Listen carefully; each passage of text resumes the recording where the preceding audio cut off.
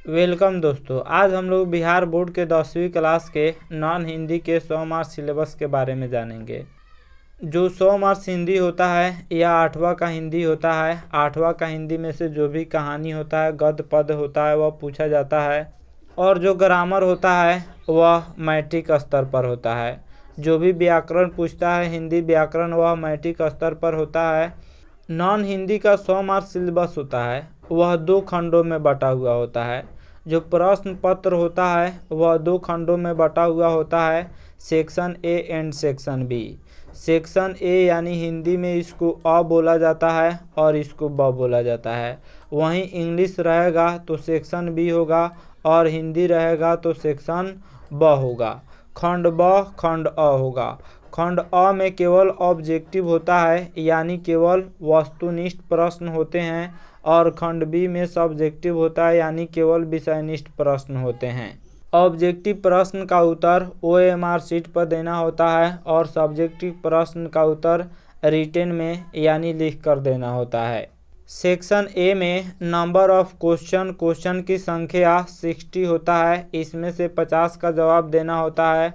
और section B में number of question 6 होता है, जिसमें जो है अपठित गद्यांश होता है। उसके बाद पाठ्य पुस्तक से क्वेश्चन होता है, फिर एप्लीकेशन होता है, लेटर राइटिंग होता है, संवाद होता है। इस तरह से जो है 6 क्वेश्चन में बहुत सारे ऑप्शन होते हैं। किसी में 8 ऑप्शन होते हैं, किसी में 2 ऑप्शन होते हैं, किसी में 3 ऑप्शन होते हैं। मुख्य रूप से 6 क्वेश्चन होते हैं और उसमें फिर पॉइंट दे देकर क्वेश्चन पूछा जाता है। आगे वीडियो में हम लोग जानेंगे, वीडियो को एंड तक देखिएगा तो पूरा सिलेबस बिल्कुल समझ में आ जाएगा। वस्तुनिष्ठ प्रश्नों की संख्या 60 होता है, इनमें से किन्हीं 50 प्रश्नों का उत्तर देना है। जो ऑब्जेक्टिव प्रश्न होते हैं वह 60 होते हैं, उनमें से 50 ही प्रश्नों का जवाब देना है। यदि कोई परीक्षार्थी 50 से अधिक प्रश्नों का उत्तर देते हैं तो प्रथम 50 प्रश्नों का मूल्यांकन किया जाएगा। अगर कोई परीक्षार्थी 60 का 60 जवाब दे देगा तो प्रथम 50 का ही मूल्यांकन किया जाएगा। बाकी क्वेश्चन का मूल्यांकन नहीं किया जाएगा, चाहे आप सही बनाए हों या गलत बनाए हों। अगर आप 55 क्वेश्चन का जवाब दे देते हैं तो शुरू से 50 तक का ही चेक किया जाएगा। बाकी जो 5 अगर आप सही बनाए हैं या गलत बनाए हैं वह मायने नहीं रखेगा, उसको छोड़ दिया जाएगा। इसलिए 50 क्वेश्चन का ही जवाब देना है। 1 से लेकर 60 के बीच में कहीं से भी 50 क्वेश्चन का जवाब देना है। अगर 1 नहीं आता है तो 2 बनाइए, 2 नहीं आता है 3 बनाइए। इस तरह से 10 क्वेश्चन कहीं से छोड़ देना है और 50 ही का जवाब देना है। अगर 50 से अधिक जवाब दीजिएगा तो फिर फ़ायदा भी नहीं होगा और समय भी नष्ट होगा। इसलिए 50 ही क्वेश्चन का जवाब देना है। विषयनिष्ठ प्रश्नों की कुल संख्या वह 6 होंगे, 50 अंक का होगा। जो सब्जेक्टिव होंगे वह 6 होंगे और ऑब्जेक्टिव 60 होंगे, जिसमें से 50 का जवाब देना है। अब हम लोग 60 अंक का जो ऑब्जेक्टिव होता है उसमें अंकों के बंटवारा के बारे में जानेंगे। तो 60 अंक का जो ऑब्जेक्टिव होता है, जो वस्तुनिष्ठ प्रश्न होता है, उनमें व्याकरण 25 अंक का पूछा जाता है और पाठ्य पुस्तक 35 अंक का पूछा जाता है। जो पाठ्य पुस्तक होता है वह किसलय भाग 3 होता है, यानी जनरली जो 8वां का पुस्तक होता है उसी को मैट्रिक क्लास में पढ़ना है। इससे ऑब्जेक्टिव 35 अंक का पूछा जाता है और व्याकरण से 25 अंक का ऑब्जेक्टिव पूछा जाता है। व्याकरण में मुहावरा, समास, संधि, प्रत्यय, उपसर्ग आदि आदि बहुत सारे टॉपिक से पूछे जाते हैं। तो व्याकरण से 25 अंक का पूछा जाता है और पाठ्य पुस्तक यानी 8वां का हिंदी, जिसका नाम किसलय भाग 3 है, इससे ऑब्जेक्टिव में 35 अंक का पूछा जाता है। अब हम लोग सब्जेक्टिव के अंकों का बंटवारा जानेंगे और अंग्रेजी में सेक्शन बी कहलाता है। जो विषयनिष्ठ प्रश्न होता है उसमें, यानी जो सब्जेक्टिव होता है उसमें 2 गद्यांश पूछे जाते हैं। प्रत्येक गद्यांश 10-10 अंक का होता है। इस तरह से 2 गद्यांश 20 अंक का हो गया।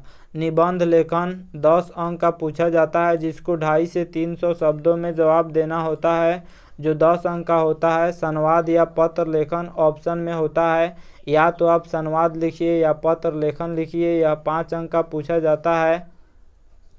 कुल इसमें 5 अंक मिलते हैं। इस तरह से 20, 10, 30 और 5 35 अंक का पूछा जाता है।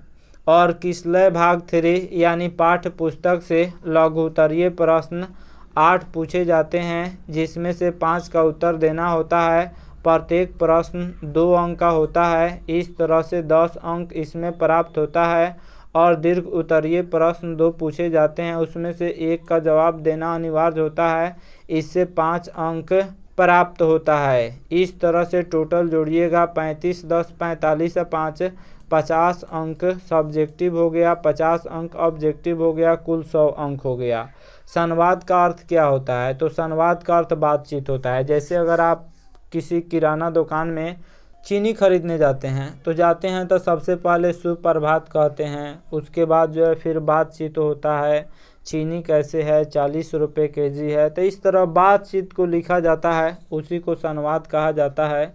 तो या तो आप संवाद लिखिए या पत्र लेखन कीजिए, संवाद लिखिए या पत्र लिखिए, 5 अंक का मिलता है। दोनों में से किसी एक को लिखना होता है। जो निबंध होता है वह 10 अंक का होता है। इसमें 5 विकल्प होंगे, 5 ऑप्शन होता है, यानी 5 टॉपिक में से किसी एक टॉपिक पर निबंध लिखना होता है, जो 250 से 300 शब्दों में लिखा जाता है। पत्र लेखन 5 अंक का पूछा जाता है। इसके अथवा में संवाद लेखन से संबंधित प्रश्न पूछे जाएंगे। या तो आप पत्र लिखिए या संवाद लिखिए, इससे 5 अंक प्राप्त होता है। अपठित गद्यांश कुल 2 गद्यांश दिए जाते हैं, प्रत्येक का उत्तर दिया जाना अनिवार्य होगा। प्रत्येक गद्यांश 10 अंक का होता है। लघु उत्तरीय प्रश्न कुल 8 प्रश्न पूछे जाते हैं, जिनमें 5 का उत्तर दिया जाना अनिवार्य है। जो लघु उत्तरीय प्रश्न होते हैं वह प्रत्येक प्रश्न 2 अंकों का होता है और उसका जवाब लगभग 20 से 30 शब्दों में देना होता है। 20 से 30 शब्दों में दीजिए। 4-5 शब्द ज़्यादा हो जाए तो कोई बात नहीं है, लेकिन कम शब्द में कोशिश कीजिएगा नहीं देने के लिए। जो इसका क्राइटेरिया है उस क्राइटेरिया को पूरा कीजिए और 20 से 30 शब्दों में इसका जवाब दीजिए। अधिक हो जाएगा, अब एकदम लेंदी नहीं बना देना है और किसी भी शब्द को दोहराना नहीं है, किसी वाक्य को दोहराना नहीं है। दोहराने का कोशिश बहुत कम कीजिएगा और किसी भी क्वेश्चन का जवाब सटीक देना है, सुंदर तरीके से देना है। 20 से 30 35-40 शब्द तक चलेगा, उसके बाद नहीं चलेगा, ज़्यादा लेंदी नहीं होना चाहिए। दीर्घ उत्तरीय प्रश्न कुल 2 प्रश्नों में से 1 का उत्तर दिया जाना अनिवार्य होगा। 2 प्रश्न पूछे जाएंगे, उसमें से 1 का उत्तर दिया जाना अनिवार्य होगा। प्रत्येक प्रश्न 5 अंक का होगा। दोनों में से किसी एक का जवाब दीजिए, 5 अंक प्राप्त होगा। यह भी पाठ्य पुस्तक से पूछा जाएगा, यह भी पाठ्य पुस्तक से पूछा जाएगा। यानी जो 8वां का हिंदी है किसलय भाग 3 उसी से पूछा जाएगा। लघु उत्तरीय प्रश्न भी और दीर्घ उत्तरीय प्रश्न भी। जो दीर्घ उत्तरीय प्रश्न होगा उसका जवाब 100 शब्दों में देना है। 100 से कम नहीं होना चाहिए, 100 से अधिक हो जाए 110 120 तो ठीक है, लेकिन कम कीजिएगा तो इससे मार्क्स कम मिलता है। तो कोशिश कीजिएगा 100 शब्दों में जवाब दें या उससे 10-5 शब्द बढ़ाकर जवाब दें। तो इस तरह से इसमें 5 अंक, इसमें 10 अंक, 10 5 15 और इसमें मिलेगा 20 अंक। 2 होगा तो 20 और 15 जोड़िएगा तो 35 अंक हो जाएगा और इसमें 5 मिलेगा 40 अंक और इसमें 10 अंक मिलेगा निबंध लेखन में। कुल मिलाकर 50 अंक हो गया। आशा करता हूँ आप लोग नॉन हिंदी के सिलेबस के बारे में समझ गए होंगे, इसके अंकों के बंटवारा के बारे में समझ गए होंगे। हमारे चैनल को सब्सक्राइब करें, इस वीडियो को लाइक करें तथा अधिक से अधिक शेयर करें। Thank you watching my video.